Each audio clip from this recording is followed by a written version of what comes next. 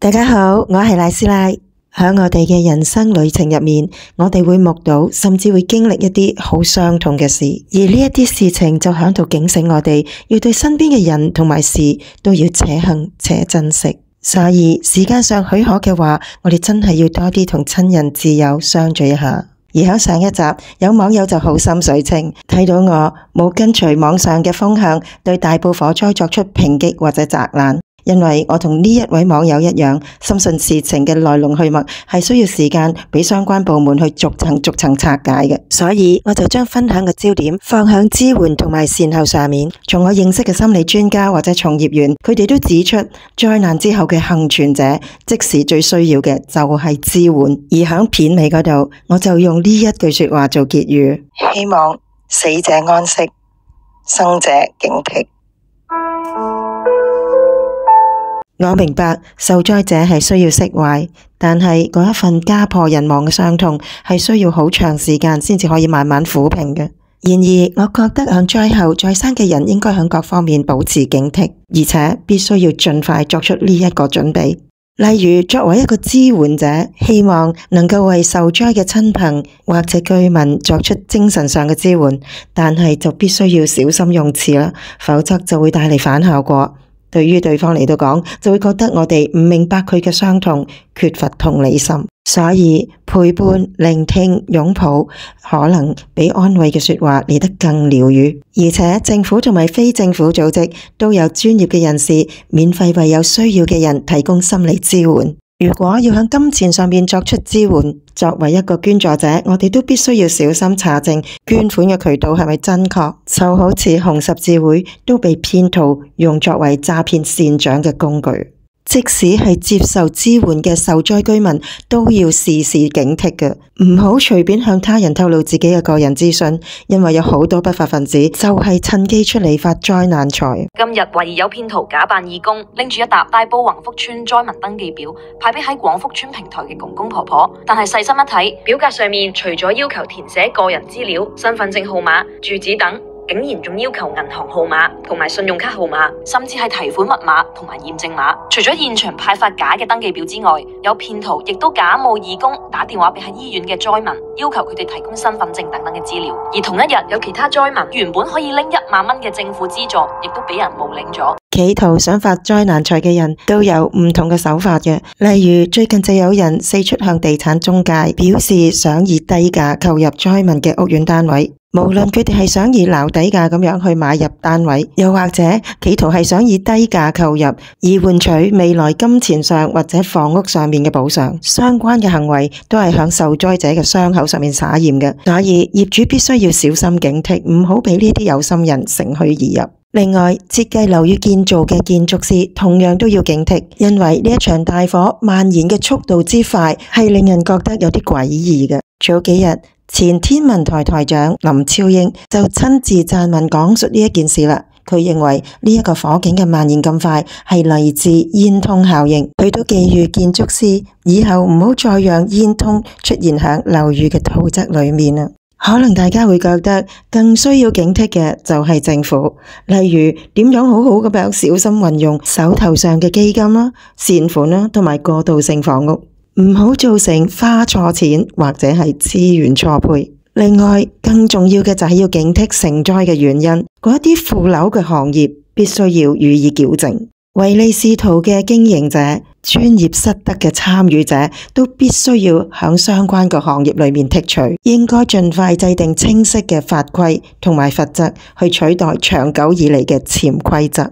曾經一錯再錯嘅，唔可以再繼續錯。12月12號，政府已經宣布成立咗獨立嘅委員會，9個月內會提交報告。希望委員會嘅成員可以俾公眾，尤其是係受災者一個明確同埋詳盡嘅調查結果。而針對呢一次嘅火災，需要反思警醒嘅，當然仲有香港嘅消防部門啦。響上一集我都提及過，大灣區咁近香港，災難當前，理應可以扮演到支援嘅角色嘅，例如響安置啊、護老啊、心理支援各方面啦，香港政府都可以考慮揾周邊嘅灣區城市幫忙嘅。而事實上，響去年廣東省同港澳之間都簽署咗一份框架協議。響有災難發生嘅時候，彼此係可以有救援嘅合作。所以響香港嘅火災發生之後，深圳亦都主動提供相關嘅協助。而香港方面，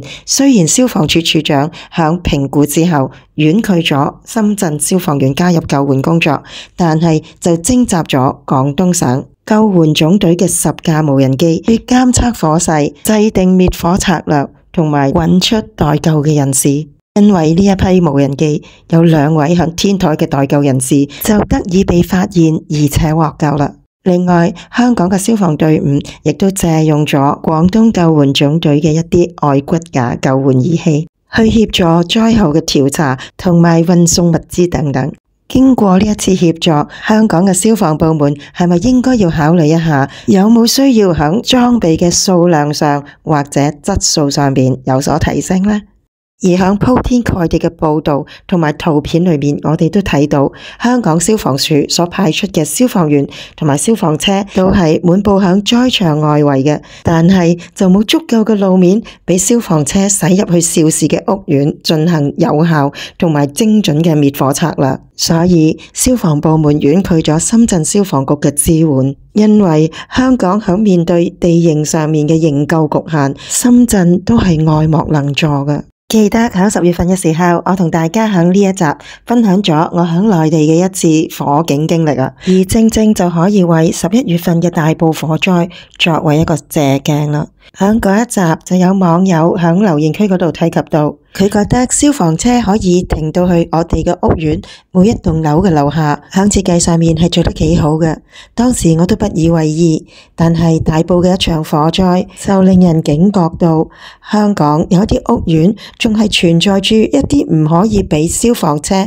進入去近距離滅火嘅缺陷㗎。咁樣喺未來，建築師除咗喺設計上面避免有煙通效應之外，係唔係都要注意留有足夠嘅走道俾消防車駛入呢？而政府係唔係應該加派人手去檢視全港嘅大廈周圍有冇消防車行駛嘅通道？如果唔達標嘅，又應該點樣去修建改造呢？其實作為一個市民，我哋都應該經常保持警惕嘅，因為星星之火真係可以燎原嘅。有人推測今次大埔火災嘅成因有可能係工人吸煙留下火種所導致嘅，而內地嘅消防部門亦都製作咗短視頻去教育市民。唔知道大家生活響灣區嘅網友發唔發覺，有一啲內地嘅居民仍然存在高空擲物呢一啲壞習慣嘅，而佢哋有陣時都真係會掟煙頭落街嘅。咁而家呢一個嘅實驗就係俾大家睇到，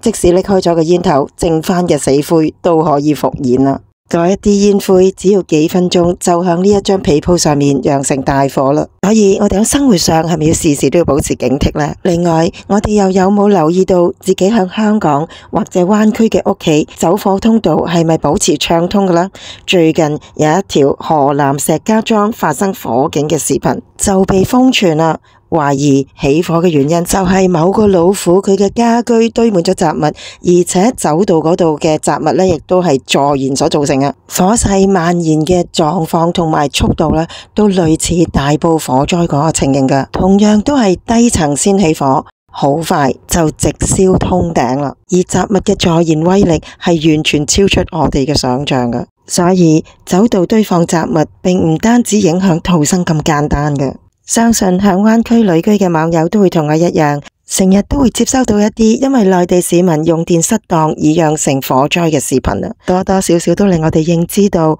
電動車、電瓶車、鋰電池嗰啲自然成災嘅問題。而響呢一集我同大家分享嘅火警經歷，就係我同棟嘅鄰居佢嘅鋰電池過熱而造成爆燃，真係爆炸跟住燃燒啊！經歷過10月呢一次嘅灣區火警，又目睹11月大埔嘅火災，我覺得內地有一啲消防嘅裝置同埋一啲處理嘅手法呢係好值得香港借鏡嘅。嗰一次灣區嘅鄰居家居起火，響我逃離現場期間，響某一個樓層就拍攝到濃煙嘅嚴重程度係觸及到煙霧感應器，因而啟動咗自動嘅灑水系統嘅。亦即係話消防系統嘅呢一部分係真係有隨時候命嘅。但係就正如有一位網友提及到，響整個過程裏面，佢係聽唔到有警鐘響起啊。當時我同其他住戶都係自行發現，或者係鄰里之間嘅互相通報，先至警覺到要逃離現場嘅啫。不過事實係，灣區屋苑裏面嘅警鐘係全天候啟動緊嘅，不過佢係唔會自動響起嘅，係需要我哋人手去按動嘅，就係要按動呢一個按鈕啦。而且我哋灣區嘅單位裏面係安裝咗警鐘嘅，就係呢一個啦。只要我哋發現有任何意外，只要按動佢嘅話，就可以直接連接到有24小時人員當值嘅控制中心噶啦。所以喺我哋做裝修嘅時候，我哋係唔可以俾任何建材遮蓋咗佢嘅。咁樣旅居響灣區嘅網友，究竟又知唔知道呢一啲按鈕安置咗向邊一度噶咧？如果唔知道嘅話，一定要揾翻佢哋出嚟啊！另外，內地物管佢哋面對意外嘅時候，有一啲處理嘅方法，我覺得都幾值得香港參考嘅。就好似呢一次鄰居嘅單位失火，我就體驗到內地嘅物管係會響意外發生之後，隨即利用微信向該棟嘅住戶發放緊急嘅火警訊息嘅。亦即係話，